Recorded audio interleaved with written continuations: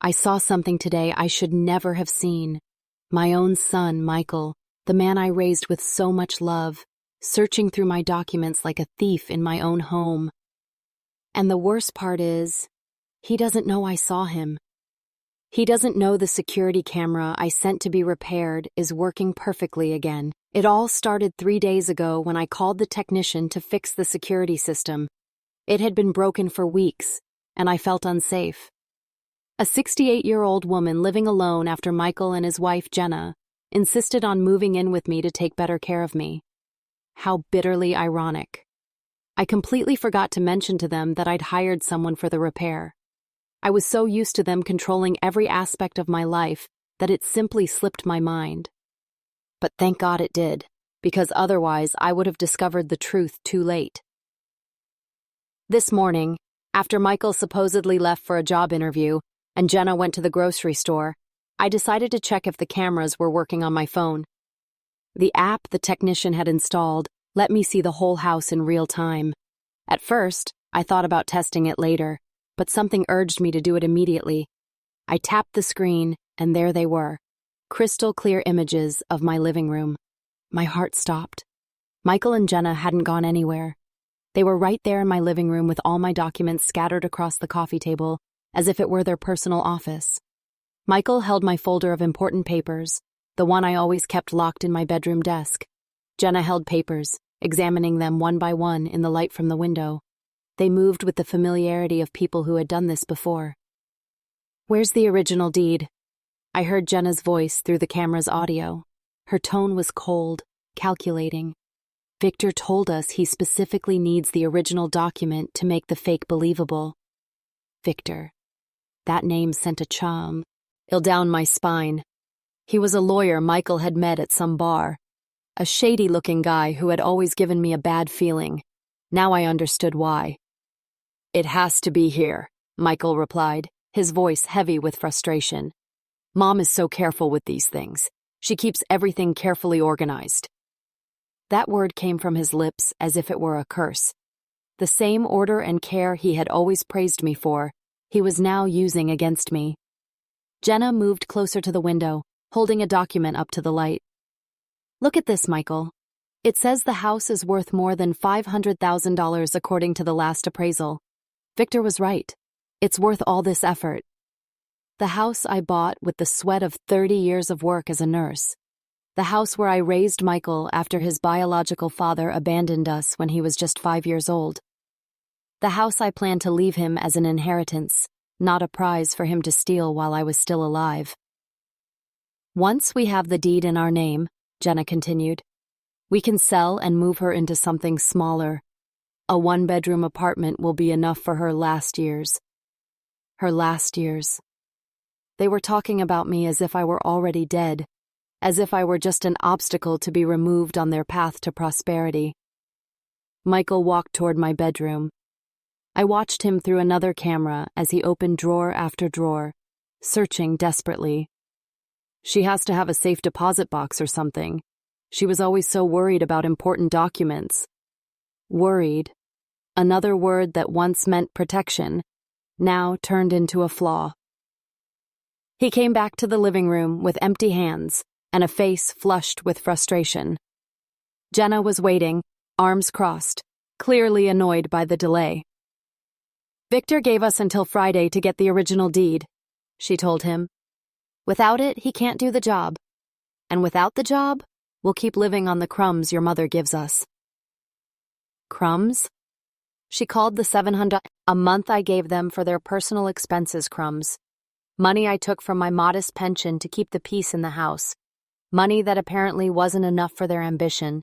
"We'll pressure her more," Michael said, slumping onto my favorite armchair. "We'll tell her there are medical insurance papers, something urgent she needs to sign. She's been so confused lately, she won't even read what she's signing." Confused. It was true that sometimes it took me longer to remember names or dates, something completely normal at my age. But they had been building that story, making me doubt my own mental clarity every time I questioned their decisions. "What if she gets suspicious?" Jenna asked. Michael shrugged with an indifference that broke my heart. "What's she going to do? Call the police on her own son? Besides, once we sign the papers with Victor, it'll be too late to reverse the process. Jenna smiled for the first time in the entire conversation. It was a cruel, satisfied smile. Perfect. Then tomorrow we'll bring her Victor's forged documents and tell her it's for updating her will. She'll sign without asking questions. They got up to put my documents away, but not as they had found them. They stacked them carelessly, without the order I always maintained. It was as if they weren't even trying to hide that they had been snooping. Before leaving the room, Michael stopped and looked directly at where the camera was installed.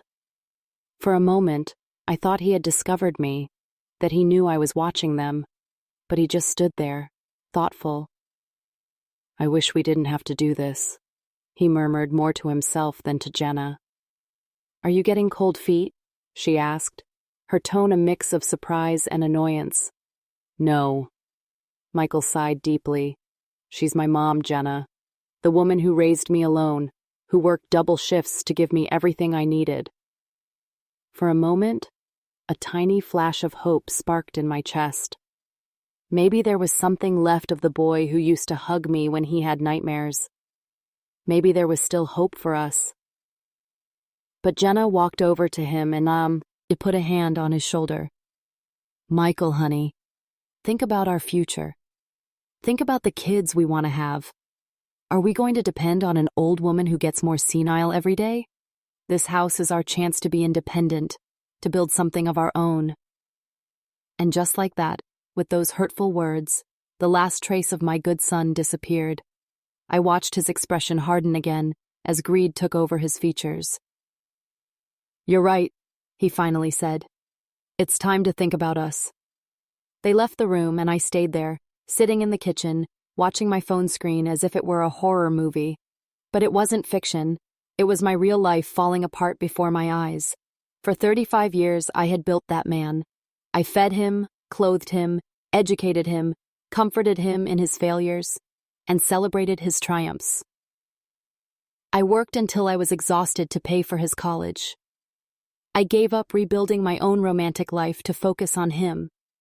And now my greatest creation had become my greatest betrayal. But there was something Michael and Jenna didn't know, something that would turn them from hunters into prey without them even realizing it. I had all their conversations recorded. I had the evidence of their criminal conspiracy, and for the first time in months, I had the power to decide my own destiny. The war had just begun, and they didn't even know they had already lost. Over the next 3 days, I lived a double life I never imagined possible. On one hand, I was the same old woman, the loving mother who made breakfast, asked about their plans, and smiled when Michael kissed my forehead before leaving. On the other hand, I was a secret detective in my own home, documenting every move, every conversation, every piece of evidence of the greatest betrayal of my life. Technology had become my secret ally. The app the technician installed on my phone gave me access to the cameras 24 hours a day. I could sip some beats. The living room, the kitchen, the main hallway, even part of the room Michael and Jenna had made their private sanctuary. On Tuesday morning, I saw them planning their next steps. Jenna was sitting on my couch with her laptop open and several papers scattered around her. Michael was pacing, clearly nervous. "Victor says he has the documents ready," Jenna informed him, reading something on the screen. "But he needs us to bring the original deed to make the final signature comparisons." "What if Mom notices it's missing?" Michael asked, biting his nails, a habit he'd had since he was a child that I had always tried to correct. Jenna looked up with that cold smile I was getting to know too well. "Michael, your mother is 68 years old. She hasn't looked at those documents in months. Besides, we can just borrow it for a few hours and return it before she even notices." Borrow it.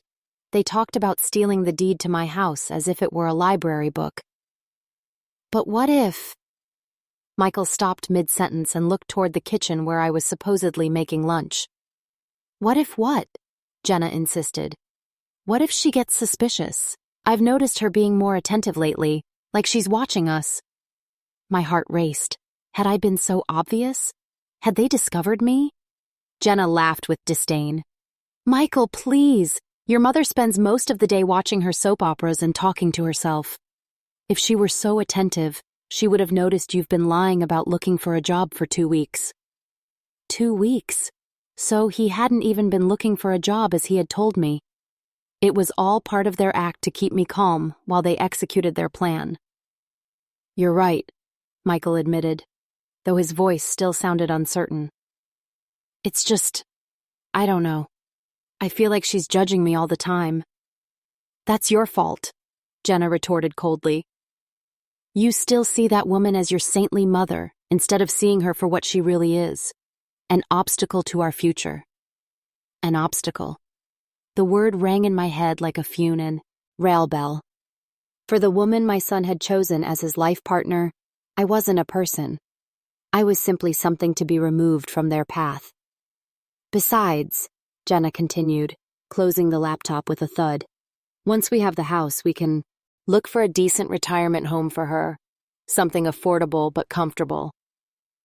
With the $500,000 from the sale, we can invest in our own business, and we'd still have plenty left over to take care of her properly.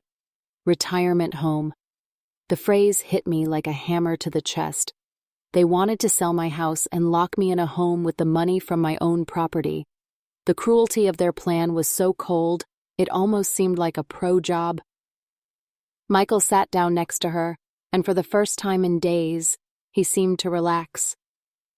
You really think it'll work?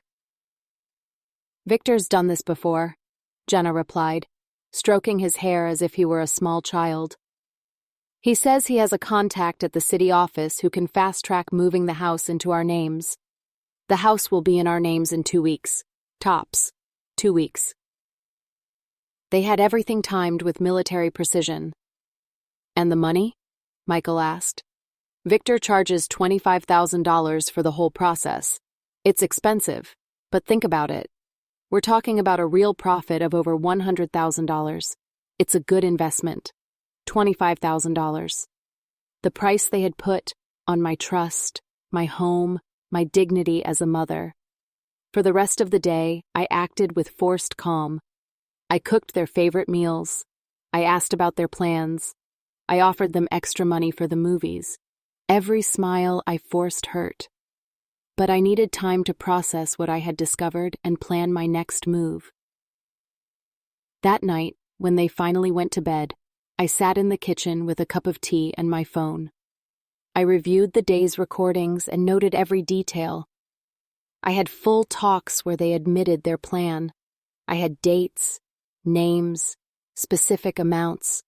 I had proof to ruin them if I wanted.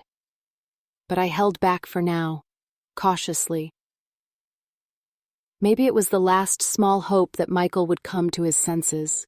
Maybe it was my need to fully understand how far they were willing to go.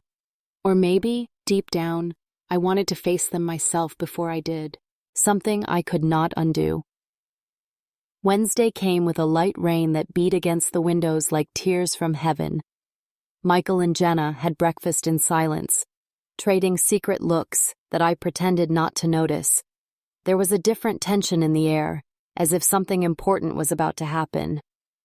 Mom, Michael said after finishing his coffee, we need to talk to you about something important.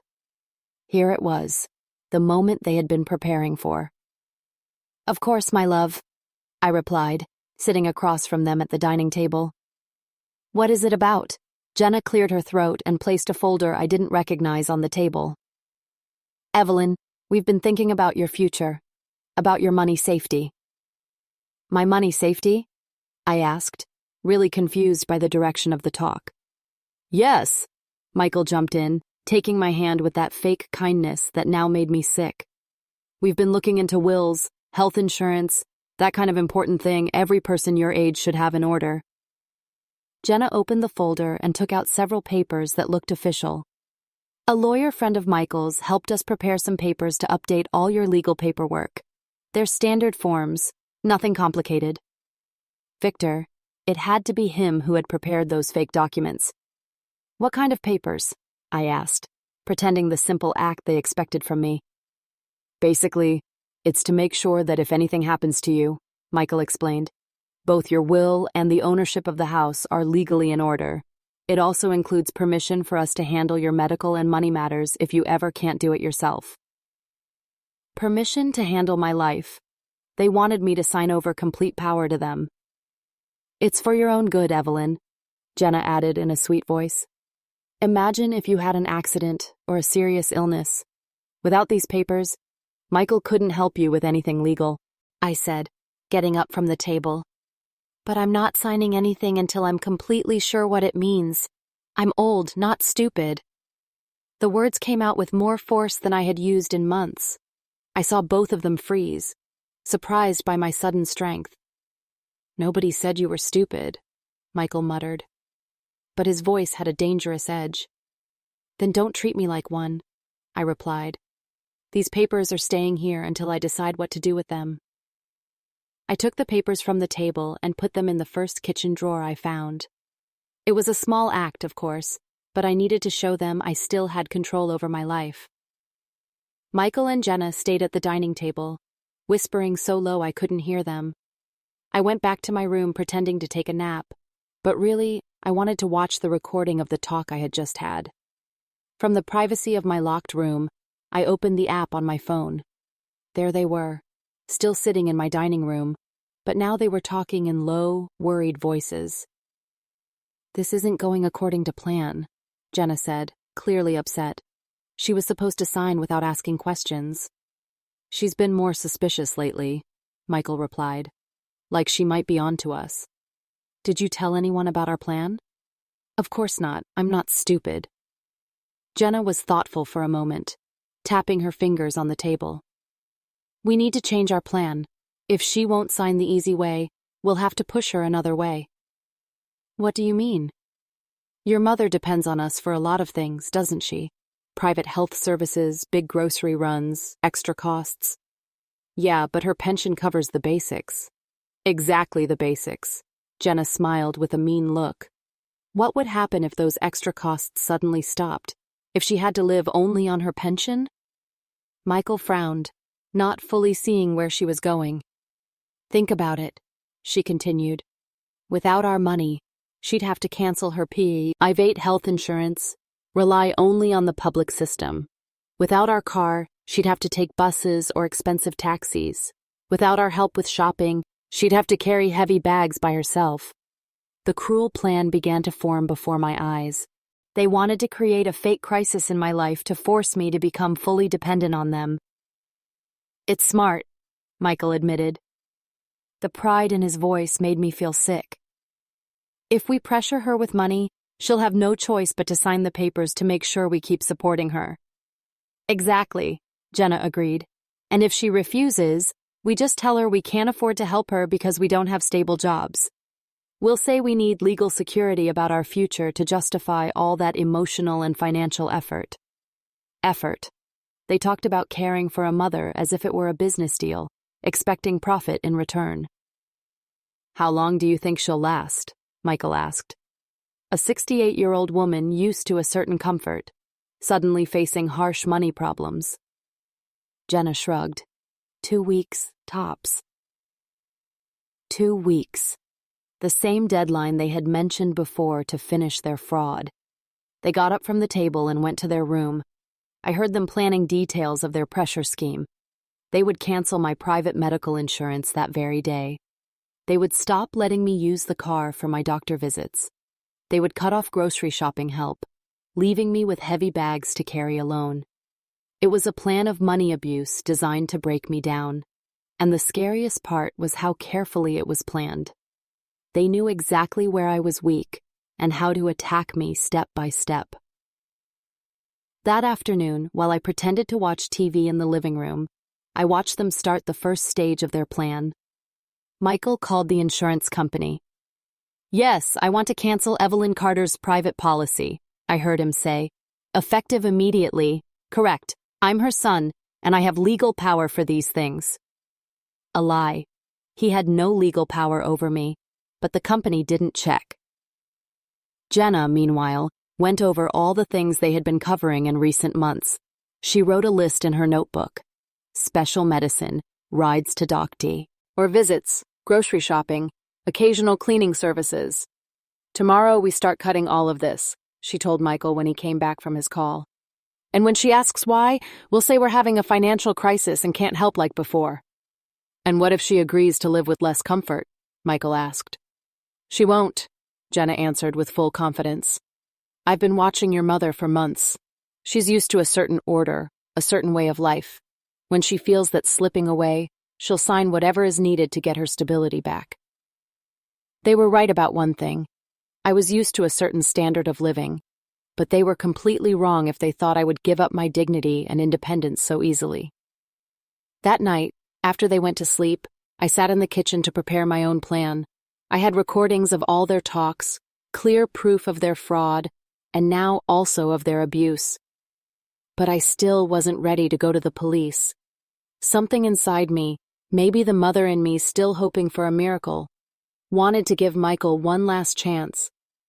I wanted to confront him face to face, to show him I knew everything, and to see if there was any part left of the son I had raised. I decided that the next day I would act. If they wanted to play mind games, I would show them how someone with 68 years of life experience fights back. But first, I had to make sure my evidence was safe. I copied all the videos and audio onto a USB drive and hid it in a place they'd never think to look. I also sent copies by email to a special account I created only for this purpose. If anything happened to me, if they managed to trap me legally or physically, at least there would be a record of their crimes. Thursday came with a bright sun that clashed with the darkness inside my home. Michael and Jenna had breakfast, as if nothing was wrong, but I felt the tension in the air. Good morning, Mo. Michael greeted me with fake cheer. Slept like a baby, I lied. The truth was, I had barely slept, planning every detail of what was coming. Perfect, Jenna said. Because today, we need to talk to you about some changes in our financial situation. Their act began. I sat at the table pretending I had no idea what was coming. What kind of changes? I asked, pouring coffee into my favorite mug.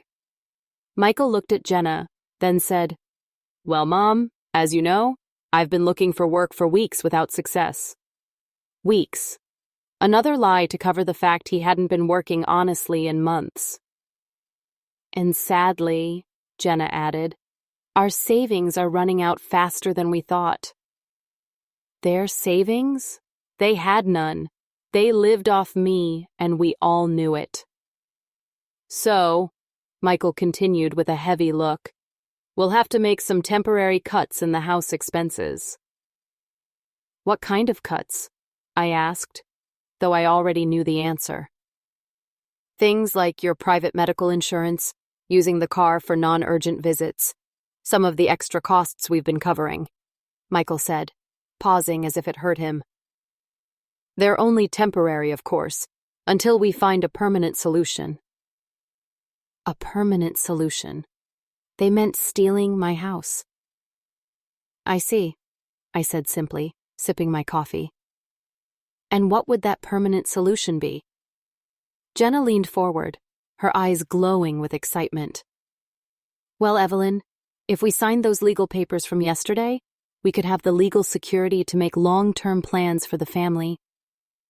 Long-term plans? Selling my house and sending me to a retirement home? I see, I replied calmly. So the papers from yesterday weren't just for my protection. They froze. I had shown them I understood their link between financial threats and their fake documents. Mom, Michael said quickly, we just want what's best for everyone. No, I cut in, standing up. You want what's best for you, even if it destroys your own mother. Silence. Heavy, sharp silence. The war was no longer hidden. It was open now. Mom, Michael tried again, fake concern, in his voice. I think you're misunderstanding us. Oh, really? I folded my arms. Then explain why your so-called crisis perfectly matches your push for me to sign papers you won't let me read. Evelyn, Jenna said with her usual condescending smile. I understand this may feel confusing with all the legal language. I'm not confused, I snapped. I'm betrayed. The word exploded in the room. I saw Michael flinch as if finally realizing the truth of what he had done. Betrayed, I repeated. By the son I raised alone, who I fed with my own hands, who I sent to school with my own sacrifice, the son who now wants to steal my home while I sleep. I don't want to steal anything from you, Michael shouted, slamming his fist on the table. Everything I do is for our future. Our future? I laughed bitterly. Michael, your plan is to put me in a retirement home with the money from my own house. Tell me, how am I part of that plan? As family? Or as a problem to get rid of? Jenna and Michael traded a look of panic. I don't know where you're getting these ideas, Jenna muttered, but her voice had lost its edge. Ideas? I pulled my phone from my pocket and set it on the table. Do you want me to remind you of your own words about finding me a cheap but comfortable place for my last years? Their faces went pale. Michael stared at the phone like it was a weapon. You weren't recording us, he whispered. No, I said coldly. You recorded yourselves. You forgot that the camera I sent for repair is working fine, and you forgot that you were confessing all your crimes right here in my house. Jenna jumped up, knocking over her chair. How long have you been spying on us? Since Tuesday, I answered. 3 full days of recordings of you plotting to fake my signature, steal my house, and throw me away. I have your talks about Victor, the $25,000 fraud, and your plans to sell my home. Michael stood too, but he looked more like a trapped animal than a threat. Mom, please, let me explain. Explain what? My voice finally rose. That your wife calls me an obstacle. That you've been lying about job hunting while planning to rob me? That you think my life is only worth the $500,000 you'd get for my home? It's not like that, he yelled. But his eyes were wet with desperation, not honesty. Then tell me, Michael. I walked up to him until we were face to face. When Jenna said it was time to stop seeing me as your saintly mother and start seeing me as an obstacle, what was your response? Silence. He knew he couldn't lie, because I had the exact recording of that conversation. Your response, I pressed on, was, you're right. It's time to think about us. Those were your exact words, Michael. After 35 years of sacrificing for you, you decided it was time to sacrifice me. Michael dropped into his chair and covered his face with his hands. For a moment, I thought regret had finally reached him, but Jenna hadn't given up. Fine, she said, regaining some control. Let's say you have those recordings. What do you plan to do with them? The question shocked me, not because of what she asked, but how she asked. There was no fear, no begging. There was defiance. Excuse me? I asked. I'm asking what you plan to do, she repeated, folding her arms. Because as far as I know, Michael is still your son. Are you really going to destroy your own family for a house? Her boldness left me speechless for a moment. Even after being exposed, she was still trying to twist the truth. Destroy my family? I said slowly. Jenna, you and Michael have already destroyed this family. I'm only defending myself. Defending yourself? She scoffed. You're a 68-year-old woman, alone, with no family but us. What are you going to do, Evelyn? Call the police? Report your only son? Her tone put me on edge. It wasn't just arrogance. It was confidence, like she knew something I didn't. If necessary, I replied. Jenna smiled, and that smile was pure poison.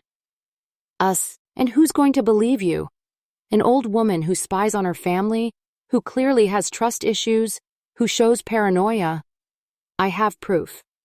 You have illegally recorded proof, she cut me off. Recordings made without consent in a house where we legally live. Any weak lawyer could get them thrown out in minutes. My heart pounded. Was that true? Were my recordings useless because of how I got them? Besides, Jenna went on, pacing like a predator, who will take seriously a woman who installs hidden cameras to spy on her family, who imagines conspiracies, who isolates herself? I'm not isolating myself, I said, but my voice was shaky. She stopped right in front of me. When was the last time you talked to a friend? When was the last time you left this house for anything other than basics? Michael has told me how you've been acting. Mood swings, distrust, forgetfulness. Michael lifted his head, and for the first time since our fight began, he spoke with his old false certainty. It's true, Mom. I've been worried about you. That's why we wanted you to sign those papers. So if your mind keeps getting worse, we'd have the legal tools to help you. Worse. They were building a whole false story where I was the problem. The paranoid old woman twisting love into betrayal. You two know perfectly well there's nothing wrong with me, I said, but doubt crept into my voice. Oh, really? Jenna sat down again, now full of fake calm. A woman who spies on her family, who refuses to sign simple papers, who invents wild theories. That's not normal, Evelyn. They're not theories, I shouted. I heard you planning everything. You heard us having normal talks about your future, Michael corrected smoothly. Talks that your paranoid mind twisted into threats. It was evil genius. They were flipping my evidence into proof of my supposed madness. Victor, I said desperately. You talked to be out Victor and the $25,000 to forge papers. Victor is a real lawyer, Jenna shot back, cool as ever. The $25,000 is his fee for a complex legal job. And the talk about a retirement home? Michael sighed like he was speaking to a stubborn child. Mom, families plan for these things. If you ever need special care, we should be prepared. I felt like the floor had opened beneath me. Every piece of proof I thought I had. They were spinning it as evidence of my decline. But you said I was an obstacle, I whispered. We said your resistance to planning was an obstacle to helping you, Jenna corrected, using a calm, patronizing tone. Mom, Michael said, putting his hands on my shoulders. We're worried about you. The paranoia, the spying, the accusations. It's not normal. Maybe you should see someone. A psychiatrist. They wanted to brand me insane so no one would believe me, but then I remembered something they couldn't twist. If everything is so innocent, I said, regaining my strength, you won't mind if I show those documents to a lawyer I choose. Not Victor, someone independent.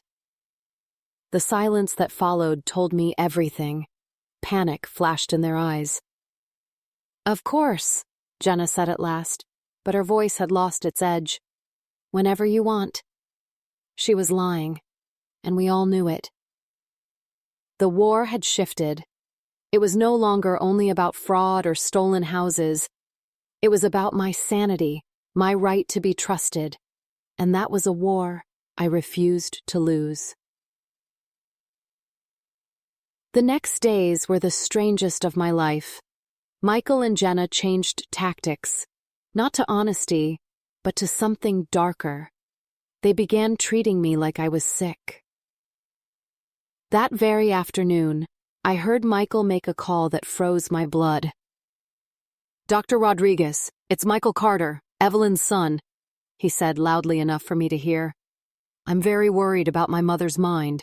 She's showing severe paranoia. Dr. Rodriguez had been my doctor for 15 years. She knew me better than anyone. Yes, doctor. Severe paranoia, Michael continued. She thinks we're plotting against her, that we want to steal her house. She even put in secret cameras. We're very worried. Horror locked me in place. He was creating a fake medical record of me. When did it start? The doctor asked. Over the last few months. Michael lied smoothly. But this week it's gotten worse. Yesterday she accused us of wanting to put her in a retirement home. Another pause. Yes, doctor, we're scared. We don't know how far her paranoia will go. Scared? They were painting themselves as victims, twisting my discovery into proof of madness. I rushed to my room and locked the door. My hands shook as I opened the camera app. I had to record this call, but when I checked, that camera's audio wasn't working. Broken. By accident? I doubted it. For the rest of the day, Michael and Jenna treated me with false kindness, more terrifying than their cruelty. Mom, are you okay? Michael asked every half hour. Don't you feel confused? You look pale, Evelyn, Jenna added sweetly. Each question was a trap. If I admitted confusion, I confirmed their story. If I denied it, they could say I lacked awareness. That night, I heard them whispering their next step. Tomorrow, I'm calling Dr. Rodriguez for an urgent appointment, Jenna said. We need a professional to officially document her decline. What if she refuses to go? Michael asked. She won't. We'll say it's a simple checkup for her blood pressure. Once she's there, we'll talk to the doctor alone and explain everything. You think she'll believe us? Michael asked. We're her family. We live with her. Of course she'll believe us. Older people get paranoid all the time. The doctor has seen this before. They were right about one thing. Doctors had seen it before. But what they couldn't fake were decades of proof of my sound mind. Or maybe they thought they could. The next morning, Friday, Michael announced at breakfast that he had set up a doctor's appointment for me. It's just a routine checkup, Mom, he said with that new fake softness, with that condescending tone he had mastered. Just to check your blood pressure and make sure everything is fine. I don't need a checkup, I replied. I feel perfectly fine. Of course you feel fine, Jenna cut in. But at your age, it's important to have regular checkups. Besides, you've been acting a little different lately. More nervous, more distrustful. I'm not nervous or distrustful, I said firmly. I'm alert because I found out my own family is betraying me. Michael sighed dramatically, like he was dealing with a difficult patient. Mom, please, nobody is betraying you. Those are just ideas, and that's exactly what we need the doctor to check out. Ideas. They had reduced my discovery of their crime to mere ideas that needed medical review. I'm not going to any doctor, I declared. Yes, you are, Michael replied. For the first time in days, his voice was hard again. It's for your own good. And if I refuse? Jenna smiled with her fake sweetness. Evelyn, don't be difficult. It's just a simple doctor's visit. And if I still refuse? The silence that followed told me everything. Their eyes said they already had a plan. Well, Michael finally said, we'd have to consider other options for your safety and ours. Other options? The words froze me. They were probably thinking of forcing me into a psychiatric hold. I understand, I said quietly. That afternoon, while they pretended to be out shopping, I called Dr. Rodriguez myself. Doctor, it's Evelyn Carter, I said when she answered. Evelyn, what a coincidence you're calling. Your son came to see me yesterday, very worried about your mental state. My heart sank. Michael had already planted his false story. Doctor, I need to speak with you privately, not at the appointment Michael set up. Just you and me. There was a pause. Evelyn, do you feel safe in your home? Is your son treating you well? It was a loaded question. Dr. Rodriguez knew about elder abuse, but Michael had set himself up as the caring son. Doctor, my son and his wife are trying to steal my house with fake documents. When I caught them, they decided to paint me as mentally unstable to discredit me. A longer pause. Evelyn, those are very serious accusations. Do you have proof? They destroyed my evidence. They removed the cameras, erased the recordings, tried to make me doubt my own memory. But I know what I heard. An hour ago, Michael was on the phone with Victor, the lawyer. He talked about a $3,000 down payment and said Jenna could forge my signature if needed. Dr. Rodriguez's face grew serious as she took notes. "Can you repeat exactly what you heard?" I repeated the conversation word for word. Her expression hardened with each detail. "Evelyn, these are accusations of fraud and elder abuse. If they're true, we must involve the authorities." "But do you believe me?" "I've known your medical history for 15 years, she said. "You've shown no signs of dementia or mental decline. Your last exam was perfectly normal." "But Michael told you I was paranoid." "He did, but after hearing your side, I think there's another explanation for your so-called paranoia."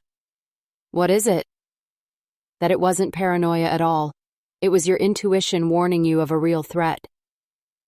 For the first time in days, I felt seen. I wasn't crazy. I hadn't imagined anything. My instincts had been right all along. "What do you suggest we do?" I asked. "First, I'll give you a full cognitive exam today and document officially that your mind is perfectly clear. Second, I'll connect you with a private detective who handles family abuse cases. Third, I'll refer you to a lawyer who specializes in elder protection.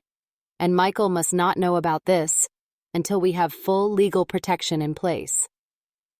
For 2 hours, she tested me. Memory, reasoning, orientation, problem solving. I passed them all without a single mistake. "Evelyn," she finally said, "you have one of the sharpest minds I've seen at your age." "I'll document it officially. This report will prove you're fully capable of making your own decisions." When I got home at noon, Michael and Jenna greeted me with thinly veiled anxiety. "How did it go, Mom?" Michael asked. "What did the doctor say?" "She said I'm perfectly fine," I answered evenly. "No mental problems at all. She thinks it was just stress." Their faces flickered with both relief and something else.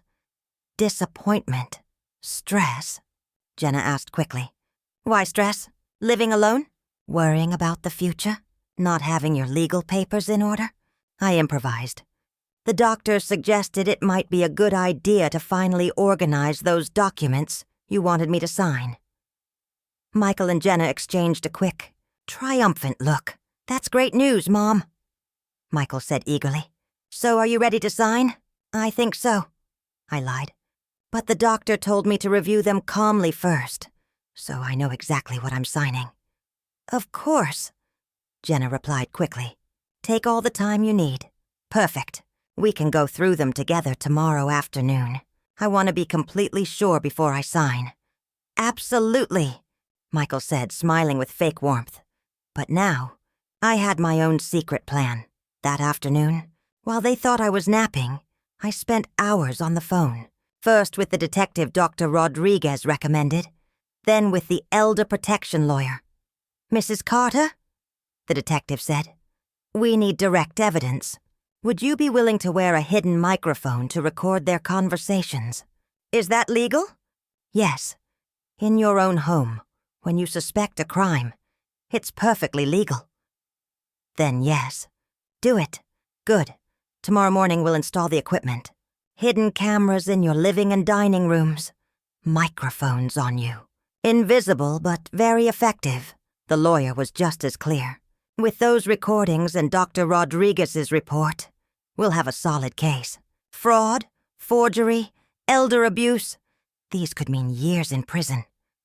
"Years in prison for my son?" I asked softly. "Is there another way? Could we offer a deal if they agree to stop completely?" "We'd need evidence first, to have leverage," he said. That night, while Michael and Jenna whispered about their imminent victory, I was planning their downfall. Tomorrow, during our review of the papers, I would capture every damning word. Finally, I would have the proof I needed. The hunter had become the hunted, and they had no idea.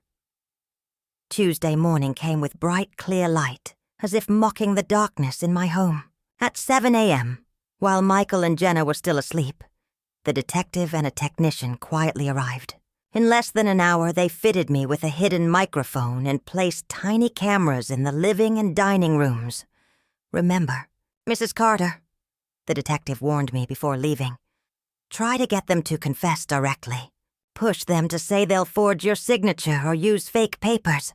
If they get suspicious, stay calm. Keep acting as you have. Careful, but cooperative. That's what they expect. At 2 hours sharp, just as we had planned, we sat at the dining table to review the papers. Michael spread all the documents across the table, and Jenna had a pen placed neatly by each page that needed a signature. "All right, Mom," Michael began, using that fake patience he had practiced so well. "We're going to go through each paper so you understand exactly what you're signing." "Perfect," I replied, discreetly adjusting my blouse so the hidden microphone could pick up everything. Michael started with the first paper, explaining it line by line. It was indeed a power of attorney, but the wording gave them almost full control over my money and property. "This document," he said, "would let us manage your affairs if you ever couldn't do it yourself." "And what exactly does couldn't do it myself mean?" I asked. Jenna jumped in. "Well, if you got sick, or if your memory started to slip, or if you just decided it was too much work to handle alone. Or if you two decided my memory was failing," I asked, sounding innocent. Michael stiffened. "Why would you say that, Mom?" "Because of last week when you said I was paranoid." "That was different," he said quickly. "You were showing signs of confusion." "Real signs or just convenient ones?" The silence that followed was heavy. I watched them exchange sharp glances. "I don't understand what you mean," Jenna finally said. "I mean, it's awfully convenient that right when I find out you want me to sign papers I don't fully understand, I suddenly have memory issues that justify you taking control of my life." Michael leaned forward, his calm mask cracking. "Mom, no one is trying to control your life." "No? Then explain why this paper gives you the right to sell my house without my consent." "It doesn't say that." Jenna shot back. "Yes, it does," I said, pointing to a line. "It says you can dispose of property as you see fit for the welfare of the grantor." Michael sighed. "That clause is for emergencies. If you needed expensive care, for example, or if you had to move into a retirement home." "Why do you keep talking about retirement homes?" Jenna's voice went sharp. "Because I heard you say with the $500,000 from selling this house, you'd put me somewhere affordable but comfortable." This time, the silence was absolute. Michael turned pale, and Jenna's eyes darted as she scrambled for an answer. "I don't know what you're talking about," Jenna muttered. "Of course you do. Just like you know Victor isn't a real lawyer but someone who forges papers." Michael shot up from his chair. "Where did you hear that name?" "On your call yesterday morning, when you told him the old lady was more alert than expected, and that Jenna could forge my signature if needed." The mask dropped. Michael's face twisted with panic and fury, like a child caught in a lie. "You've been spying on us," he accused. "I've been protecting myself," I replied, "from a son who thinks robbing his mother is easier than honest work." Jenna walked toward me slowly, her steps deliberate. "Evelyn, no matter what you think you heard, you don't have any proof." "No proof?" I stood strangely calm. "Are you sure?"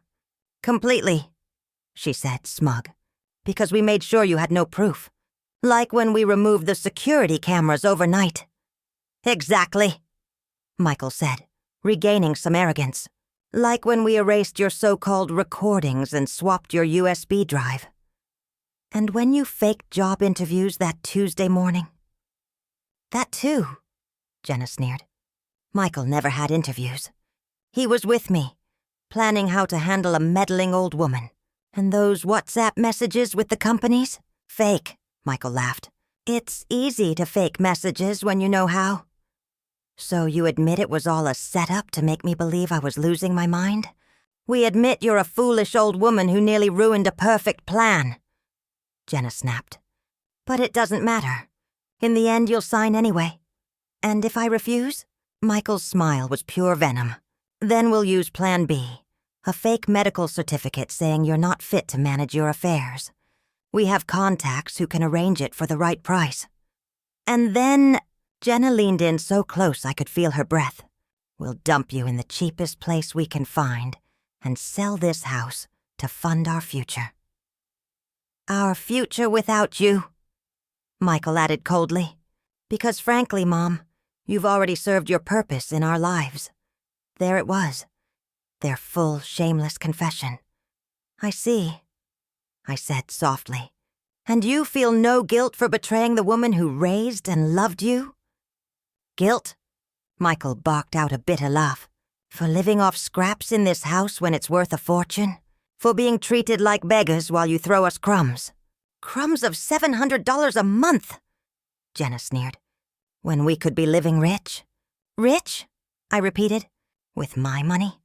With the money that's ours by right, Michael said. I'm your only son.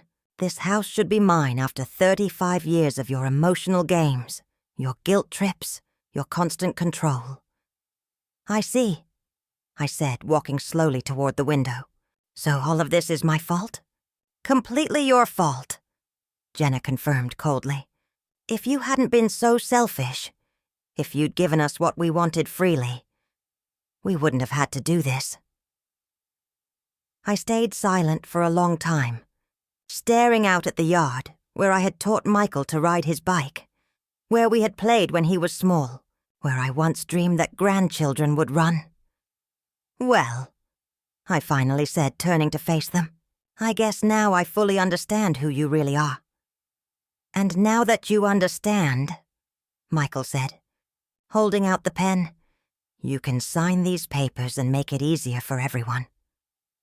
I took the pen, held it over the first page, and smiled in a way he couldn't read. You know what, Michael? You're right about one thing. What's that? That I'm a stupid old woman. I dropped the pen on the table, but not stupid enough to sign. My own death sentence. The confusion on their faces lasted only seconds before the front door opened, and the private detective walked in with 2 police officers and my elder protection. Lawyer, good morning, the detective said calmly. I'm Detective Johnson. Michael Carter and Jenna Williams, you are under arrest for conspiracy to commit fraud, attempted forgery, and elder financial abuse. Their shock was complete. Michael froze like a statue, while Jenna backed toward the kitchen as if she could escape. This is impossible, Michael muttered, staring at me like I was a ghost. You have no proof. I pulled out the tiny microphone hidden under my blouse and placed it on the table beside the fake papers. Actually, I have recordings of this whole conversation, where you confessed to forging my signature, stealing my house, planning to lock me away, and buying fake medical certificates. My lawyer stepped forward, gathering the papers. Along with these audio files, we also have high-definition video from cameras installed this morning. And we have Dr. Rodriguez's full medical report, proving Mrs. Carter is of sound mind and completely capable of making her own decisions. Jenna's voice cracked. This is an illegal trap. You can't use it. False, the detective said firmly. Mrs. Carter has the right to record in her own home when there's strong suspicion of crime. And you confessed freely. Michael's shock broke into rage. This is all your fault, old woman. If you'd been a normal mother instead of controlling us, none of this would have been needed. Michael, I said quietly, I worked double shifts as a nurse for 35 years to give you everything. I gave up my personal life for you. I paid for your college. I supported you every time you failed. I welcomed you into my home when you had nowhere else to go.